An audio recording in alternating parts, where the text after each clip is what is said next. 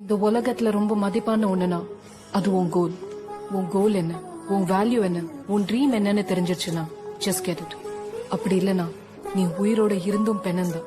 வாழ்க்கையில நீ பயப்பட வேண்டியது கடவுளை பார்த்தோம், காலேஜ்ல ப்ரொஃபஸரை பார்த்தோம், இல்ல இந்த சமூகத்தை பார்த்தோம். இல்ல, உனக்குள்ள இருக்கிற ஹீரோ இந்த உலகத்துக்கு தெரியாம போயிடுமோன்னு தான் நீ பயப்படணும். உன்னை யாருன்னு உலகத்துக்கு நிரூபிக்க வாழ்க்கை ஒரு அற்புதமான opportunity. Just prove it. Awake, arise, and stop not till the goal is reached. Thank you.